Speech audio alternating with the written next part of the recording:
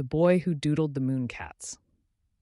Once there was a boy who couldn't stop doodling cats on scraps of paper on the margins of his lessons, and most of all, in a special midnight blue sketchbook given to him by his grandmother.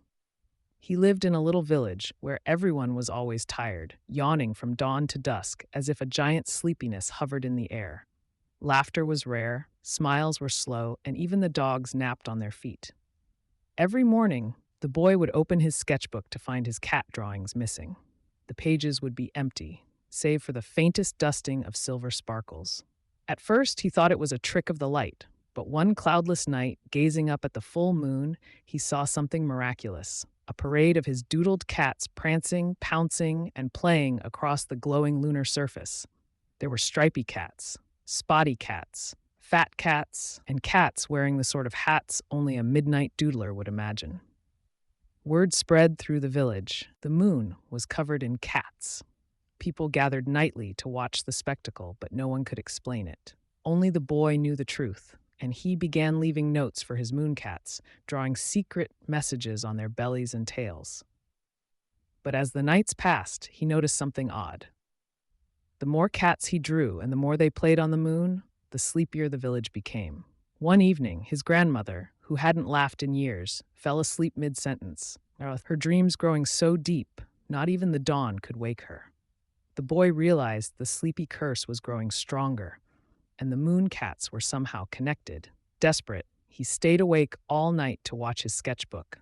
At midnight, silvery paws crept from the pages, whiskers twitched, and 100 tiny moon cats leapt out and soared into the sky, climbing moonbeams to join their friends. The boy grabbed his sketchbook and his trusty paintbrush and followed, tiptoeing up the moonlit path no one else could see. He arrived in a dreamlike land on the moon, where his doodle cats ruled with gentle chaos. The moon cats told him of the ancient sleep spirit who lived in the moon's shadow, a lonely figure who had stolen laughter from the world and woven a sleepy curse over his village, hoping to keep everyone dreaming forever. The boy, with his moon cats in tow, journeyed through the sleep spirit's domain, a world of yawning craters, giggling pillows, and star-shaped hammocks. To break the curse, he had to outwit sleepwalking dream creatures, solve the riddle of the silent lullaby, and gather enough laughter to light the moon's hidden side. Each cat used its own magical mischief. The stripy cat juggled stars, the spotty cat told silly jokes, and the hat-wearing cat led a moonlight parade. Together, they filled the moon's dreamland with such joyful noise and nonsense that the sleep spirit finally woke, startled into laughter for the first time in centuries. The moon shimmered, the curse lifted, and the village below stirred from its long, drowsy slumber.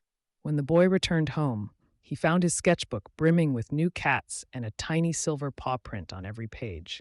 From that night on, the moon still wore cats like a crown. But the village was full of wide-awake children, sleepy grown-ups who now loved to laugh, and a boy whose doodles could always be found, if you looked up just as the moon was rising.